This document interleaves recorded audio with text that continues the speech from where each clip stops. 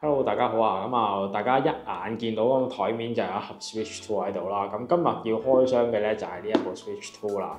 喺6月5號啦，香港啊正式發售啦。日本、香港同埋外國一啲地方咧，其實都排晒長龍等攞機嘅，係啦。我自己就喺官方訂㗎啦，所以就官方送貨去到樓下咁樣嘅。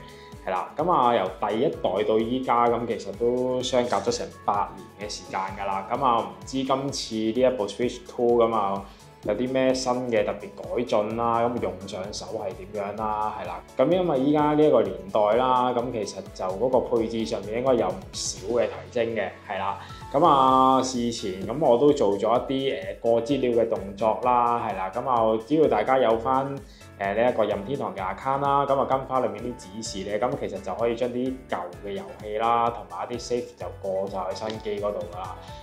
事不宜遲，即刻同大家開箱呢一部 Switch 2，介紹下有啲咩新嘢啦，同埋玩上手係點樣啦，係啦。部 Switch 2裏面有嘅配件都攞晒出嚟啦，係啦。包括翻2個 Joy-Con 啦，同埋個主機啦，仲有個底座啦，同埋啲充電線 HDMI 線啊，同埋嗰2個 Joy-Con 嘅手繩啦，係啦。另外仲有一個輔助嘅控制器喺度嘅，係啦。所以同以前舊有嘅配件其實就一樣嘅啫，係啦。講一講下部新機啲畫面啊嗰啲有咩變化啦，係啦。佢個 mon 咧就終於都 support 呢一個1920x1080㗎啦。都去到120個 FPS 嘅，係啦。但係以呢一個年代嚟講，其實呢個已經係一個基本嘅配置啦，係啦。其實我覺得去到4K 其實應該都可以。所以嗰個畫質上面個提升都叫做有嘅，但係就未去到話最好咯，係啦。同埋咧，佢如果駁上電視機嘅話咧，已經係可以去到4K 㗎啦。但係個幀數就最高係去到60個 FPS 嘅啫，係啦。其實咧，你可以見到個底座咧，係厚身咗嘅，係啦。喺後邊呢度係加咗個風扇位啦，同埋就可以插 LAN port 嘅，係啦。以前如果大家有用過呢個底座嘅話咧，都知道佢喺打機嘅時候咧，駁上電視機咧係非常之熱嘅，係啦。佢今次就加咗啲散熱位啊，同埋風扇位啦，佢就可以做到一個比較好啲嘅散熱啦。我哋陣間都會駁上電視機度去玩下，睇下嗰個效果係點樣嘅。係啦，大家如果之前有睇開官方嘅一啲新介紹啦，都會見到呢一個新嘅 Joy-Con 咧係用緊一個磁吸式嘅一個 Joy-Con 嚟嘅。我比起以前就咁直插嗰隻咧，其實就相對嚟講好啲啦。因為冇咁易整爛啦，係啦。同埋咧，佢磁吸式咧，你就可以好易咁樣去拆除佢嘅。其實只要後邊咧佢撳粒掣咧，掹出嚟就可以㗎啦。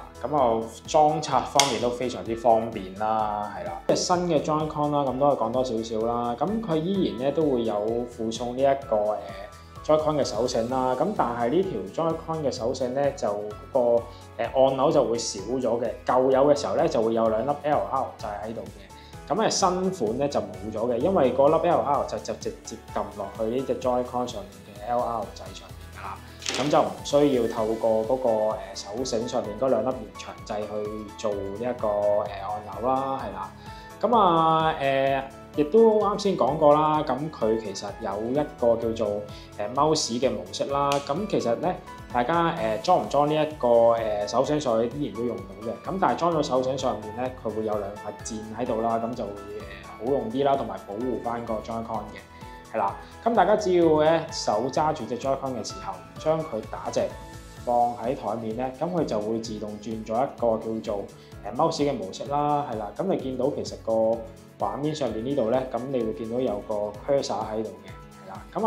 好似你用 mouse 咁樣啦，點一點上邊粒 LR 掣咧，其實就可以做到選項㗎啦。所以咧就可以做到一個好似電腦揸 mouse 咁嘅一個 control 方式啦，係啦。亦都之後會有一啲新嘅遊戲啦，亦都支援呢一個mouse 模式去俾大家做 control 嘅，係啦。大家就可以期待一下啦，係嘅。因為本身部機咧其實就support 翻以前 Switch One 舊嘅遊戲啦，咁例如好似一啲 Ring Fit 啊等等嘅遊戲咧，咁係需要用到舊嘅 Joy-Con 先玩到嘅。咁所以如果你係玩一啲舊 game，咁你都可以用翻一個舊嘅 Joy-Con 去玩翻你嗰一隻專屬嘅遊戲嘅，係啦。只要你長按住呢一個連接掣啦，咁佢就會自動去做一個搜尋㗎啦。咁你去翻主機嗰度咧，登錄翻你呢一隻手掣就 OK 㗎啦。咁登錄完之後咧，你會見到呢度會着翻燈啦。咁同埋咧部機身咧，咁佢亦都會多咗一隻嘅手掣出嚟嘅。咁呢一隻就係Switch One 嘅手掣嚟嘅，係啦，個樣都有少少唔同嘅，係啦。咁啊可以透過用呢一個 Switch One 嘅手掣啦，都可以 control 到部主機嘅，係啦。咁另外啦，咁佢新嘅呢一個Joy-Con 咧，咁除咗變咗做磁吸之外咧，咁其實佢喺紅色呢一邊咧，佢亦都加多咗個呢一個 C 嘅按鈕啦。咁其實 C 呢個掣咧，其實就係一個Chat Room 嘅掣嚟嘅。咁相信大家有玩過呢一個舊有嘅呢一個 Switch 啦。咁舊有嘅 Switch 咧係需要用到呢一個官方嘅 Apps 啦，先可以做到開到一個 Chat Room 出嚟，一路打機一路同人哋傾偈嘅。咁但係如果你好似玩PS5 啊、Xbox 嗰啲咁樣咧，咁其實可以喺部機本身內置已經有一個開 Chat Room 嘅功能啦。咁大家可以一路打機一路傾偈嘅。咁所以咧，佢新嘅呢一部 Switch 咧就終於都有呢一個功能啦。咁啊，但係都唔可以話叫做新功能啦，因為本身佢係缺乏呢樣嘢。咁所以呢一個只不過係一個改善嚟嘅啫，係啦。咁啊，咁個 design 上邊啦，咁亦都做咗好多改善嘅，係啦。咁首先第一樣咧就係呢一個底座呢個支架啦，係啦。咁佢終於個支架咧唔係用緊舊有一隻單腳支架嘅，即係 Switch One 呢一隻單腳支架嘅，係啦。部機大咗咁多啦，係啦。咁你隻腳起碼都要有翻係一個機身咁嘅長度先係企得穩嘅。咁如果相信以前大家有玩 Switch One 嘅話，用支架咧，基本上你喐一喐佢，基本上成部機就會反㗎啦。咁咧依家部機咧就會冇咗呢個情況啦，係啦，企得穩好多嘅。咁呢個係一個非常之好嘅設計上面嘅改善啦，係啦。咁啊，但係將 SD 卡咧依然都係會收埋喺呢一個 stand 嘅底部呢個位置嘅。咁要提一提大家啦，因為部新機咧其實就唔支援一般嘅 SD 卡嘅。咁 SD 卡方面，大家都要用翻呢一個 Express 嘅一個級數嘅 SD 卡啦。咁其實佢就類似於呢一個 SSD 咁嘅速度啦，係啦。咁就放翻大家可能玩一啲高畫質啊新遊戲嘅時候，嗰個 loading 速度會更加快啦，係啦。咁所以大家如果真係要加 SD 卡嘅話，就要留意翻係要揀翻 Express 級數嘅一個SD 卡啦。佢新機咧已經係內置咗呢一個256GB嘅容量喺度㗎啦。咁所以基本上我將舊機嘅過嚟新機咧，基本上暫時都係夠用嘅，係啦。咁啊當然啦，遲啲佢會出一啲嘅大作啦，咁佢畫面質素提升咗，咁佢個遊戲量亦都豐富咗啦，咁佢嗰個容量上面都會佔越嚟越大㗎啦。咁啊，所以大家之後可能就要留意翻自己仲夠唔夠用啦。除咗 SD 卡方面啦，咁叉電嗰個設計都唔同咗㗎啦。咁啊，以前大家玩開呢一個 Switch One 嘅時候咧，如果用支架咧，玩下冇電咧，其實係用唔到個支架嘅，因為嗰個叉電個位咧係會喺嗰個 Switch 嘅底部啦，係啦。咁啊，依家咧佢就會做咗多一個叉電位喺個頂頭度嘅，係啦。咁所以大家如果玩呢個 Switch 用 stand 嘅話咧，咁都可以喺兩邊唔同嘅位置去幫佢做充電啦，係啦。咁啊，啱先亦都講過啦，咁佢可以玩一啲Switch One 嘅舊遊戲啦，咁所以咧佢呢一個卡嘅插槽咧，咁都係可以支援翻一啲舊嘅遊戲啦。咁我其實依家都係插緊一隻Switch One 嘅 game 落去部 Switch Two 度嘅。咁呢個 Switch Two 咧就終於都開放呢個藍牙俾大家去接駁你哋嘅無線耳機啦。咁你哋出街打機嘅時候就唔需要下下都去駁住條線先可以聽到啲遊戲音樂啊等等啦，係啦，咁啊方便好多嘅，係啦。咁啊，咁啱先就講過話啲畫質上邊有啲咩進步啦，咁樣有啲咩提升啊等等啦。咁其實我依家咧就會攞兩部新舊嘅 Switch 咁就做一個比較啦，咁可以俾大家睇一睇究竟嗰個 loading 嘅情況啦，嗰個畫質上邊有啲咩提升啦，咁啊俾大家對比一下嘅，係啦。咁啊我今次會用兩隻嘅舊遊戲做一個測試先啦，咁就會用一個薩爾達啦，同埋一個 Pokemon 嘅遊戲咁去做比較嘅，係啦。咁啊，因為薩爾達咧本身佢有 Switch One 版本啦，亦都有一個叫做 Switch Two 嘅 Edition 版本嘅。咁其實有部分嘅 Switch One 遊戲咧，亦都有呢一個 Switch Two 嘅 Edition 版本嘅，係啦。咁啊，所以如果大家想要一個更佳嘅遊戲體驗嘅話，其實可以買一個通行證啦，咁去將你嘅遊戲去做升級嘅，係啦。咁啊，至於 Pokemon 方面咧，咁就會維持翻用一個 Switch One 嘅版本去做測試，睇會唔會有咩分別嘅，係啦。咁我主要係會透過翻嗰個畫質啦，同埋嗰個幀數上面嗰個變化啦，咁去俾大家去睇一睇嗰個唔同嘅地方嘅，係啦。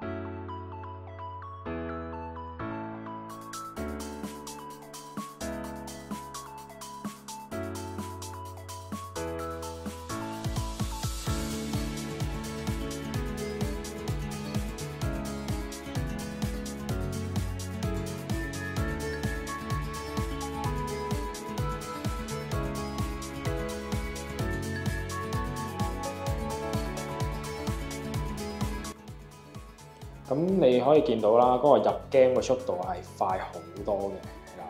咁我哋撈翻個 save 翻。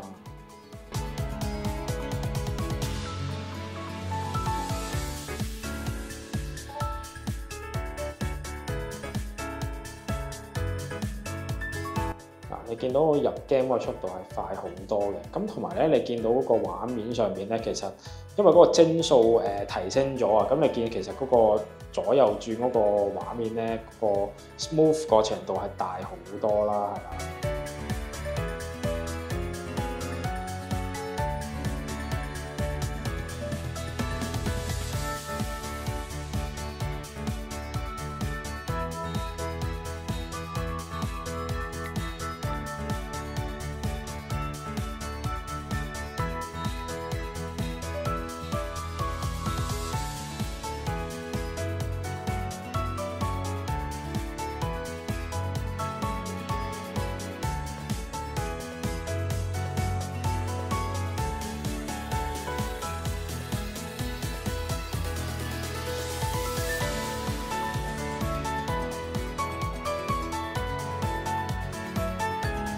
可以見到成個 Switch 2嘅嗰個 loading 時間咧係快過舊有嗰部幾倍嘅。咁同埋咧，佢嗰個轉移嗰個流暢度咧，你會見到啲你會見到嗰啲藍色線嗰啲線條花紋啦，都係非常之靚啦。咁同埋嗰個因為落雪景咧，依家其實有一點點喺嗰個畫面上邊嘅，你都會見到其實嗰啲雪點嗰個立體程度係會好多嘅，係啦，相對嚟講。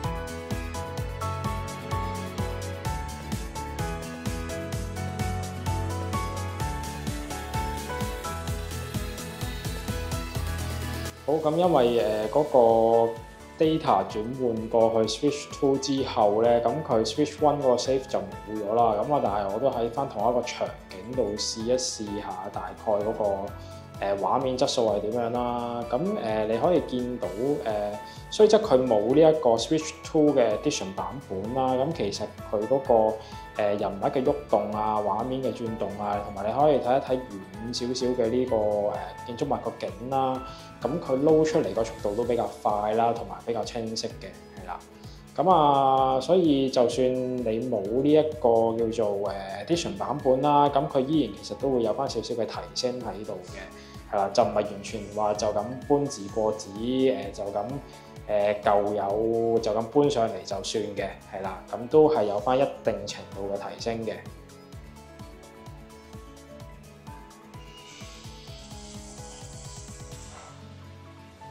你見到呢啲特效啊，都會比較係一個流暢啦嘅畫面嚟嘅。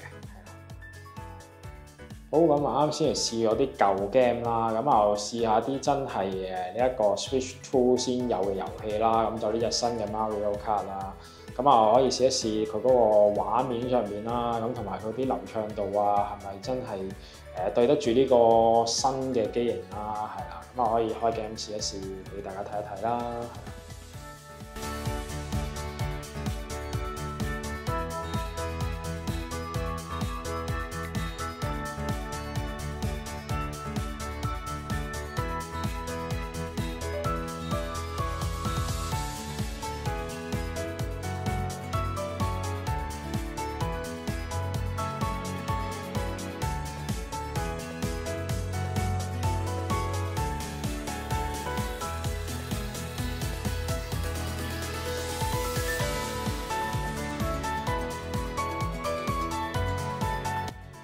咁啊，依家 Mario Kart 咁就多咗好多新嘅一啲場景啦，同埋好花里花碌嘅。咁我哋都可以試一試呢一個情況底下啦。咁佢嗰個機嗰個運作會唔會有話窒機啊，或者可能有啲降 frame 嘅一啲情況啦，係啦。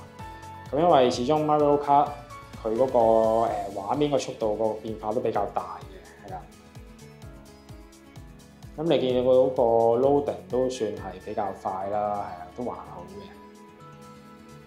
係啊，你見到啲過場畫面都好順暢嘅。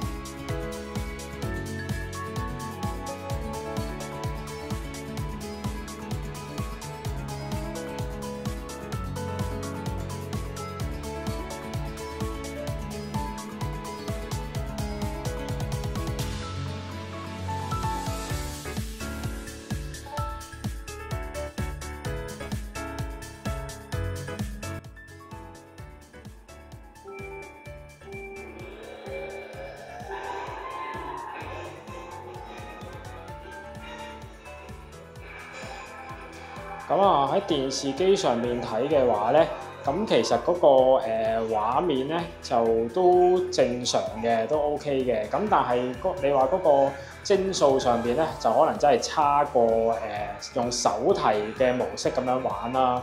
因為始終嗰個幀數跌到得返最高60啦，咁所以嗰個流暢度點都係可能差少少㗎啦。咁但係你話放到個 mon 咁大，肉眼睇嘅話，其實都OK 嘅，正常話可以嘅，可接受嘅，係啦。咁所以叫做勉勉強強啦，係啦。咁啊個人嚟講，我會 prefer 翻呢啲咁速度性啊，同埋叫做多畫面變化嘅一啲遊戲咧，喺翻呢一個手提模式底下玩咧，係相對嚟講會比較好啲嘅，係啦。好，咁部新機咁啊，基本上大概又試到呢度啦，係啦。咁啊可以做翻少少嘅總結啦，係啦。總括嚟講咧，咁我其實覺得大家就唔係太需要話真係咁急切要即刻買嘅。咁因為以香港為例啦，相信我諗大家應該都見到，其實香港個貨源其實都非常之充足嘅，咁亦都冇呢個炒價嘅情況出現啦，暫時。咁而且呢部 Switch 2嘅情況咧，同Switch One 啱啱出嘅情況咧，其實差唔多嘅。咁佢嗰個遊戲量咧，暫時嚟講咧，其實都係相對比較少嘅。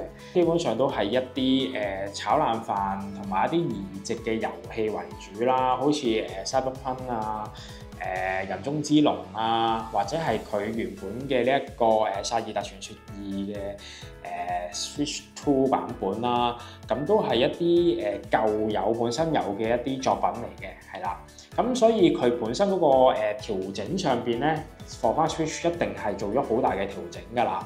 咁所以咧，其實之後佢真正出喺 Switch 2嘅遊戲咧，先係真正見真章嘅時候㗎啦。咁我到時其實先可以真正測試到部 Switch 2嘅性能，其實係support 到呢啲咁高畫質啊、咁高性能嘅遊戲咧，係啦。咁而且啦，咁部機其實嗰個價錢上邊咧，其實都有一個好大嘅上升嘅，係啦。咁由本來以前可能2000幾蚊，咁到依家其實都要成3000幾蚊一部㗎啦。咁啊，所以嗰個價錢上有少少貴啦。咁同埋就係嗰個機身個 size 啦。咁因為始終佢係一部手提機嚟嘅，咁啊主要可能大家都會攞出街玩啦，或者可能一班人 party game 咁樣玩啦，咁都會帶出去嘅。係啦，咁啊雖然佢個機身係薄咗少少嘅，咁但係其實整體個 size 咧，咁拉橫咗大部咗嘅，咁其實就有啲似我之前介紹過嘅嗰部 Steam Deck 咁樣啦。咁其實個 size 都差唔多去到 Steam Deck 咁大部㗎啦。咁所以大家都要留意翻仲係咪真係適合帶出街去玩咧？係啦。咁啊，另外啦就係個電量方面啦。咁個電量方面其實都唔係一個好大嘅改進，因為始終佢個 mon 大咗啦，畫質好咗啦。咁其實用落去咧，其實同 Switch One 嗰個電量其實個感覺上其實差唔多嘅啫。咁其實玩可能個零鐘已經冇咗一大半電㗎啦。咁啊，所以大家都要留意翻呢個電量嘅問題啦，係啦。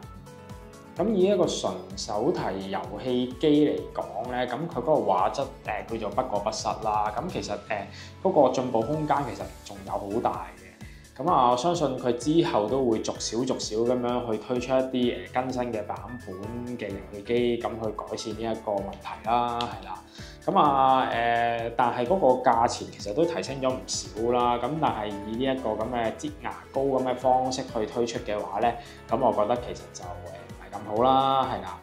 咁唔知大家對呢一部新嘅 Switch 有冇興趣啦？咁如果大家有興趣嘅話咧，都可以去考慮下需唔需要去做一個更新啦，或者去買呢一部新機嘅，係啦。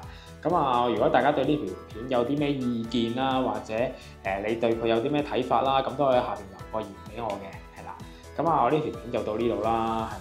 咁啊，拜拜。